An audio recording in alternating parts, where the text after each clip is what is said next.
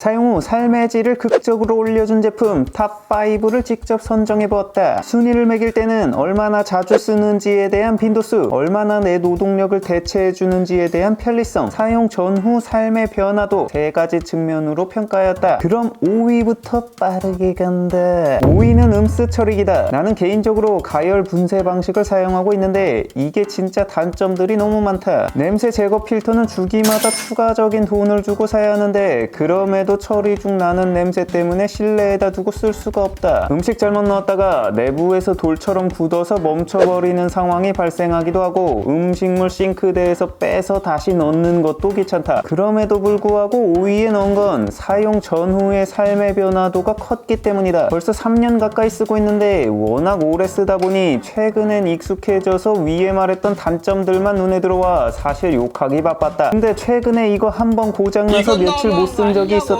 그날 귀고문 떠올렸다. 놈들에게 지배당하던 공포를, 봉투 속에 갇혀있던 굴욕을. 싱크대에서 음식 찌꺼기 보는 것만으로도 역한데 이걸 손으로 봉지에다 꾸역꾸역 넣어야 한다. 봉지에 담은 음식 쓰레기 바로 버리기 힘들 때는 잠깐 베란다 같은 데 둬야 하는데 이때 봉지에 구멍이라도 뚫려 있으면 이거 바닥에 지옥도가 펼쳐진다. 이거 버리러 엘베 타면 냄새 때문에 주변 사람들 눈치 보이는 데다 가장 최악인 건 이 음식물 쓰레기통을 자주 봐야 한다는 거다. 음스 생기는 스트레스 때문에 진심 밥을 끊고 싶을 정도였다. 이 짓거리를 며칠 다시 해봤는데 진짜 음식 처리기가 갑자기 선녀로 보였다. 저 지긋지긋한 과정을 통에 버리고 버튼 하나 누르는 과정으로 줄여준다. 음스 때문에 외출하지 않는다는 사실만으로 삶의 질 급상승이다. 정말 없어 보니 소중함을 알게 되는 존재로 음식 쓰레기는 매일 발생하기 때문에 사용 빈도도 높고 사용 전후 삶의 변화도 크다. 진짜 싱크대에 설치하는 음식물 분쇄 형식의 디스포저 방식이 가장 완벽한 방법인데 국내법상 음식물을 100% 흘려보내는 건 아직 불법이라 완벽히 사용할 수 없다는 게 정말 안타깝다. 이게 가능했으면 3위 안에도 들었을 거다. 이게 가열 분쇄식뿐 아니라 미생물 방식도 있는데 이 방식도 곧 리뷰 올리겠다. 삶의 질을 위해선 어느 방식이든 음스 처리기는 필요하다고 생각한다. 4위는 에어팟이다. 이젠 유선 이어폰만 봐도 신기하게 만들어버린 생활 필수품이 되어버렸다. 근데 사실 알고 보면 이렇게 된 지 불과 한 3년 정도밖에 안 됐다. 이 에어팟이 유선 시절 그러려니 했던 것들이 사실 엄청나게 불편했던 것이라는 걸 깨닫게 해줬다. 특히 선 꼬임. 진짜 이어폰 연결하려 치면 꼬인 선부터 풀어야 하는 게 국룰이었다. 이게 무슨 마법의 주머니도 아닌데 넣을 땐 분명히 잘 정리해서 넣었는데 빼보면 누가 다 꼬아놨다. 그리고 무엇보다 내 삶의 질을 올려준 부분은 음악적인 면보다 바로 블루투스 통화에서였다. 두 팔이 자유로운 상태에서 통화한다는 게 이렇게 편할 줄 몰랐다. 업무상 통화하다 보면 무언가를 적어야 할 때가 많은데 기존에는 양손을 쓸 수가 없어서 좀비처럼 고개를 기이하게 꺾어서 어깨 사이에 핸드폰 끼고 메모할 때가 많았다. 사실 뭔가 열일하는 직장인 코스프레 할 때는 좋은데 이러다 보면 목이 무지하게 결린다. 에어팟이 있으면 이럴 필요가 없어진다. 그리고 나만 이러는지는 모르겠는데 핸드폰으로 오래 통화하면 귀에서 열이 나고 좀 두통이 있었다. 근데 에어팟으로 통화하면서 이런 고통에서 해방되었다. 그리고 왠지 두 손이 자유로우면 통화할 때 뭔가 감정이 풍부해지고 당당해진다고 해야 하나? 뭐 그런 기분이 든다. 업무뿐 아니라 집안일 하면서도 바쁠 때 통화해도 두 손이 자유로워 편하다. 에어팟이 이렇게 인류의 생활을 바꿔버린 데에는 개인적으로 접속 안전성이라는 장점이 큰 이유 중 하나라고 생각한다. 초창기 다른 블루투스 이어폰들을 써봤는데 음질은 둘째 치더라도 연결성이 개구려서 바로 연결도 안 될 뿐더러 더럽게 자주 끊겼다. 심지어 나는 갤럭시 쓰는데도 에어팟 케이스를 열었을 때의 연결 속도와 연결 안전성 측면에서 정말 만족스러운 성능을 보여줬다. 게다가 음질도 블루투스 치고 기대 이상이었다. 다만 유선과는 다르게 충전이 필요한 제품이라 사용 시간에 제한이 있고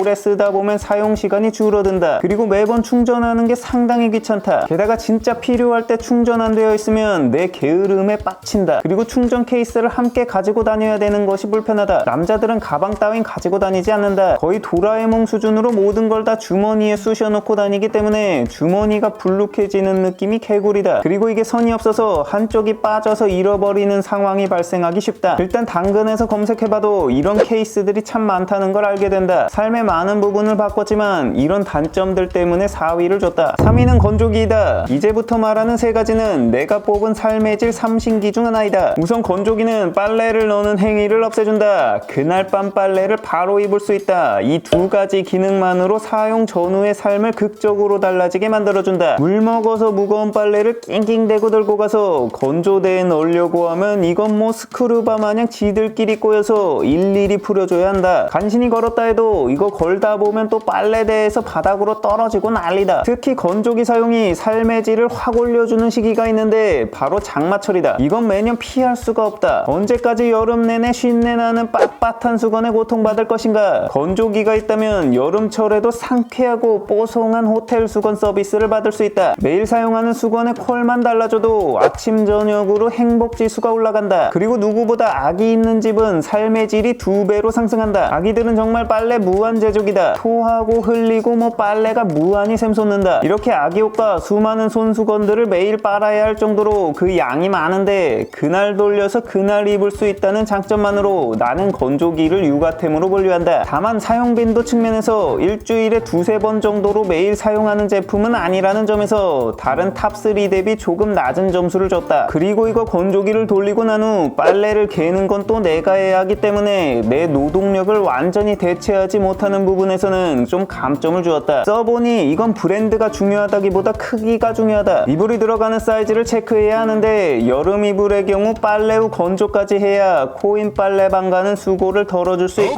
겨울 이불의 경우에도 먼지 털이 기능만으로 본전 뽑는다고 본다. 2위는 로봇 청소기다. 이거 사실 내가 아기를 낳지 않은 상황이었다면 로봇 청소기가 1위였을 거다. 청소기 꺼내서 집안 청소하다 보면 최소 15분 이상은 잡아먹는다. 이런 청소라는 노동 행위를 나 대신 완벽하게 대체하여 진행한다. 예약 시간만 설정해 놓으면 내가 퇴근하기 전에 모든 청소를 끝내놓는다. 그야말로 버튼 하나 누를 필요 없이 청소 영역에서 나의 추가 노동력은 제로에 수렴한다. 정말 내가 꿈꾸는 가장 이상적인 가전의 역할이라고 할 수 있다. 가끔 먼지통 비워주는 것 말고는 정말 신경 쓸 것이 없다. 이제는 로봇 청소기가 없는 삶을 생각할 수 없을 정도로 정말 삶을 바꿔놨다. 매일 15분만 해도 한 달이면 8시간이라는 내 자유시간이 생기는 거다. 이 얼마나 획기적인 일인가. 내가 처음 로봇 청소기를 접했던 게 샤오미 로보락 2세대 때였는데 지금 로보락 S6 Max V까지 써본 결과 정말 발전 속도가 무시무시하다. 가까운 미래에 이 로봇 청소기가 무선 청소기급으로 보급될 거란 확신이 들어서 로보락 주식을 사려고 봤는데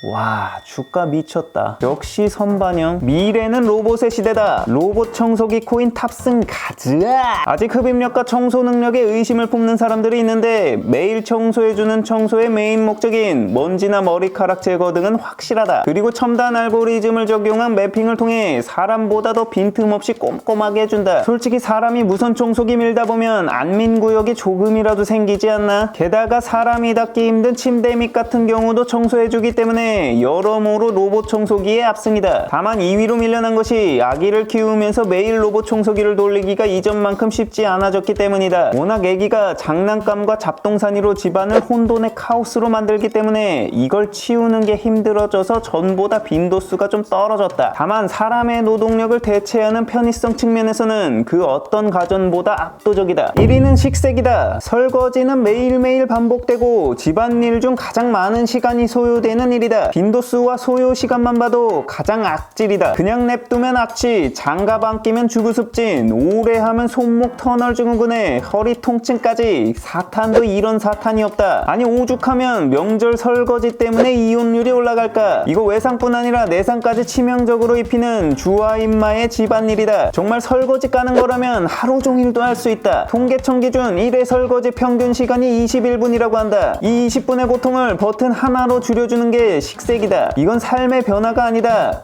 이건 혁명이다. 통계청 기준 맞벌이 가구의 일주일 평균 설거지 소요 시간이 4.1시간이라고 하는데 연간으로 치면 9일 동안 설거지하는 거다. 식세기가 있으면 인생의 연간 9일 연차가 생기는 건데 삶의 질을 그야말로 멱살 잡고 끌어올린다. 식세기가 어떤 점들이 좋은지는 내가 따로 자세하게 설명한 영상이 있으니 참고하자. 더 말하면 입 아프다. 여기서 말하고 싶은 건 이렇게 명확한 삶의 변화가 있음에도 국내 보급률이 15% 10% 정도로 그렇게 높지 않은 이유다. 나는 크게 세 가지 이유라고 본다. 세척력, 물 사용량, 그리고 전기료. 첫 번째, 세척력은 여러 영상에서 검증했듯이 손설거지보다 낫다. 그냥 심플하게 80도의 온도로 손설거지 할 수 있나? 물리적으로 벗겨내야 할 뚝배기급 설거지가 아니라면 이젠 일반적인 범주의 세척력에서도 인간이 식세기를 응가할 수 없다고 본다. 이건 내가 경험하고 수차례 간증했으니 제발 좀 믿자. 두 번째, 물 사용량에 대한 오해다. 식세기의 크기 때문에 물 사용량이 많을 거라는 오해가 많다. 근데 보통 손설거지의 물 평균 사용량은 101.2리터로 평균 16.6리터를 쓰는 식세기보다 무려 6배 이상 많이 소모한다. 이 자료 식세기 회사에서 발표한 게 아니라 한국산업기술시험연구보고서에서 발표한 자료다. 물을 습관처럼 틀어놓는 데다 가시적인 세척 효과를 위해 필요 이상으로 많이 사용한 세제를 씻는 손설거지 패턴상 물 사용량이 식세기 대비 훨씬 많게 되는 이유다. 세 번째는 전기료에 대한 공포다. 가열하는 가전은 전기료 폭탄이 나온다는 이야기가 있는데 이전 영상에서도 이야기했던 것처럼 우려할 만한 수준이 절대 아니다. 이전에 관리비를 깠을 때 확인했듯이 식세기 미친듯이 돌려도 전기료 폭탄 나온 적이 없었다. 식세기를 1위로 뽑은 또 다른 이유는 단순 설거지뿐 아니라 다른 용도로도 활용도가 높다. 살균과 물세척이라는 두 가지 기능으로 응용 가능한 일들이 많다. 지금 내가 활용하는 것만 해도 가습기 세척, 행주 살균, 젖병 소독, 렌지 후드 덮개 세척 등 단순 설거지 외 활용도가 다양하기 때문에 확실히 본전을 뽑는다. 물론 이런 식세기도 약점은 있다. 밥을 먹고 설거지거리를 하나하나 테트리스 쌓듯이 식세기에 넣어야 하고 작동이 끝나면 이것도 일일이 꺼내서 정리해야 하는데 이거 진짜 귀찮다. 그리고 관리에 따라 그릇에서 쉰내가 나기 때문에 관리도 잘해줘야 하지만 이 모든 걸 커버하는 장점이 압도적이다. 결론평, 인생은 장비빨이고 삶의 질은 우리의 선택으로 바뀔 수 있다. 우린 집안일의 노예가 되지 않는다. 세상의 주인이 될 것이다.